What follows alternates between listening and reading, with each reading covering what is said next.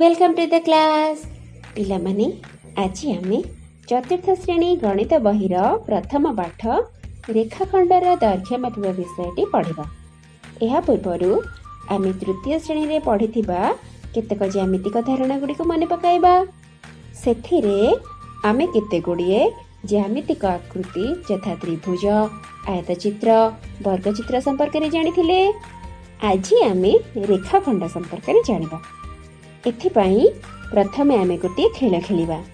जेमिति तृतीय श्रेणी रे कागज खेल माध्यम रे डंगा, टोपी, चढ़ई, टैनग्राम इत्यादि तैयारी करथिले, ठीक सही भली आमे गोटे कागज नेबा, ताकू मझिरु समान भाबे भांगिबा। एबे पुणी थरे से कागज टी को खोलिबा। मझिरे जे भांग बा गारटी पड़िछि ताहा एक रेखाखंडर उदाहरण। अच्छा पिला माने देखिल, एबे झियो दुईटी सूताटी को जेमती धरिचंती ताहा केउ भली आकार धारण करुछि, रेखाखंड भली नाही कि? किंतु देखिल ए पुओ दुईटी जेउ भली भाबे सूता को भिड़ी धरिचंती ताहा कण सीधा होई रहिछि, टिके ढिला हेला भलिया लागुछि। एई आकृति को आमे कहिबा वक्ररेखा। एबे आमे रेखाखंड संपर्क रे टिके टिके जानी सारिलेनी। एही भली आम चारि पाखरे आमे देखुथिबा केतेक जिंस बा द्रव्य यथा बहिर धार, टेबुल र धार, दुई कांथर मिलन स्थल, पोस्ट कार्ड रे पड़िथिबा गार, हस्ताक्षर खाता रे पड़िथिबा गार इत्यादि को रेखाखंडर उदाहरण रूपे नै परिबा। एबे आमे तल बिंदु ग्रिड रे थिबा बिंदु मानक जोड़ी गोटे लेखाएं त्रिभुज, आयतचित्र और वर्गचित्र अंकन करिबा।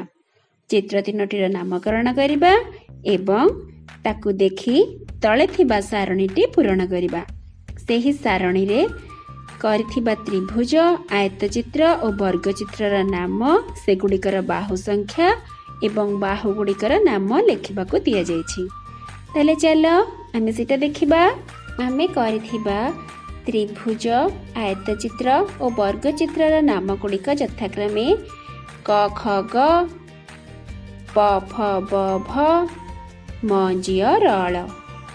तेबे त्रिभुजर बाहु संख्या 3टी, आयतचित्रर बाहु संख्या 4टी, वर्गचित्रर बाहु संख्या मध्य 4टी।